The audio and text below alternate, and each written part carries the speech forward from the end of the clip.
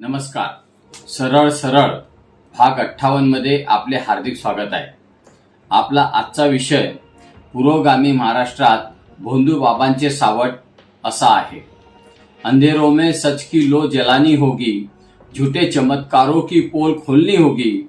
जो डर के आगे झुकते हैं हर बार, उन्हें जागरूकता की राह दिखानी होगी, उन्हें जागरूकता की राह दिखानी होगी. नमस्कार. महाराष्ट्र राज्य हे देशामध्ये पुरोगामी म्हणून ओळखल्या जाते. छत्रपती शाहू महाराज, महात्मा फुले आणि डॉक्टर बाबासाहेब आंबेडकर यांच्या विचारांनी घडलेली ही सामाजिक परिवर्तनाची भूमी प्रबोधनाची आहे, समतेची जननी मानल्या जाणारी आहे आणि याच भूमीत संत परंपरेचा देखील मोठा वारसा आहे. संत ज्ञानेश्वर, संत तुकाराम, संत नामदेव, संत एकनाथ यासारख्या महान संतांनी आपल्या कीर्तन, अभंग आणि प्रवचनाच्या माध्यमातून समाजाला योग्य दिशा दिली. त्यांनी लोकांना अंधश्रद्धेपासून दूर नेण्याचा प्रामाणिक प्रयत्न केला, विवेक जागवला आणि सत्याचा मार्ग दाखवला. मात्र या सर्व परंपरेच्या पार्श्वभूमीवर आजचे वास्तव पाहिले तर चित्र थोडे चिंताजनक दिसते. एकीकडे विज्ञान, तंत्रज्ञान आणि शिक्षणाच्या बाबतीत महाराष्ट्र प्रगत होत असताना दुसरीकडे अंधश्रद्धा आणि भोंदूबाबांचे जाळेही अजूनही समाजात घट्ट रुजलेले आहे. श्रद्धा आणि अंधश्रद्धा यामधील सूक्ष्म रेषा अनेकांना समजत नाही आणि याचाच गैरफायदा घेऊन अनेक भोंदूबाबा लोकांची फसवणूक करत आहेत. अंधश्रद्धा निर्मूलनासाठी महाराष्ट्रात फार मोठे काम झाले आहे. डॉक्टर नरेंद्र दाभोळकर आणि प्राध्यापक श्याम मानव यासारख्या कार्यकर्त्यांनी आणि त्यांनी घडवलेल्या अनेक कार्यकर्त्यांनी आयुष्यभर या चळवळीला वाहून घेतले आहे. त्यांनी अनेक तथाकथित बाबांचे चमत्कार प्रत्यक्ष करून दाखवून त्यामागील फसवणूक उघडकीस आणली. त्यांच्या कार्यामुळे समाजात काही प्रमाणात जागृती निर्माण झाली, पण ती अजूनही अपुरी ठरते आहे. अलीकडच्या काळात राज्यात भोंदूबाबांचे प्रकार समोर आले आहेत. काही दिवसांपूर्वी कॅप्टन अशोक खरात यांचा प्रकार चर्चेत आला आणि पुन्हा एकदा या विषयाकडे सर्वांचे लक्ष वेधले गेले. सोशल मीडियाच्या माध्यमातून अनेक बाबांचे व्हिडिओ व्हायरल होत आहेत.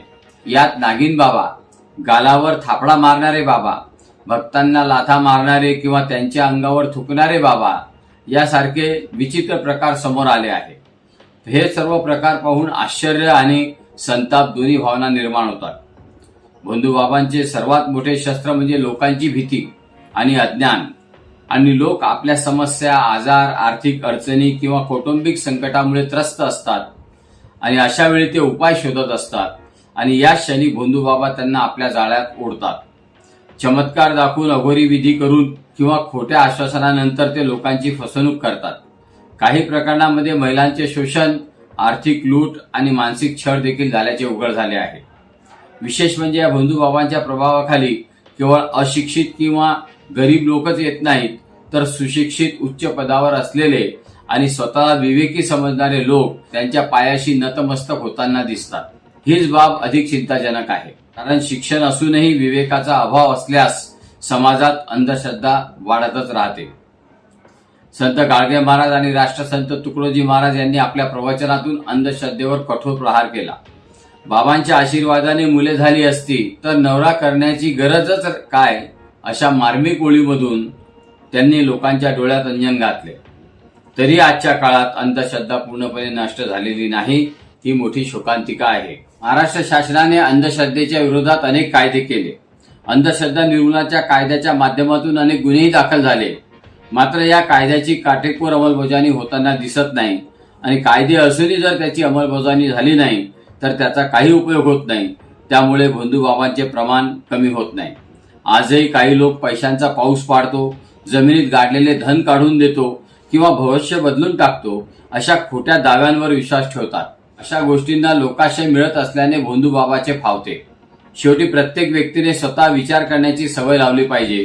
कोणतीही गोष्ट अंधपणे न मानता तिचा विचार करून पुरावे तपासून निर्णय घेतला पाहिजे. श्रद्धा असावी, पण ते विवेकाच्या चौकटीत असावी. अंधश्रद्धा समाजाला मागे खेचते तर विवेक समाजाला पुढे नेतो, हे लक्षात ठेवणे गरजेचे आहे. समाज जोपर्यंत जागृत होत नाही तोपर्यंत कोणताही कायदा भोंदूबाबाचे साम्राज्य संपवू शकत नाही. शेवटी मला या आशयाचा एक शेर आठवतो, जो सच की राह पर चल पड़े वो कभी नहीं भटकते, झूठे बाबाओं के जाल में समझदार नहीं अटकते। जागो और जगाओ ये वक्त की पुकार है, जागो और जगाओ ये वक्त की पुकार है। विवेक ही सबसे बड़ा हथियार है, विवेक ही सबसे बड़ा हथियार है। नमस्कार।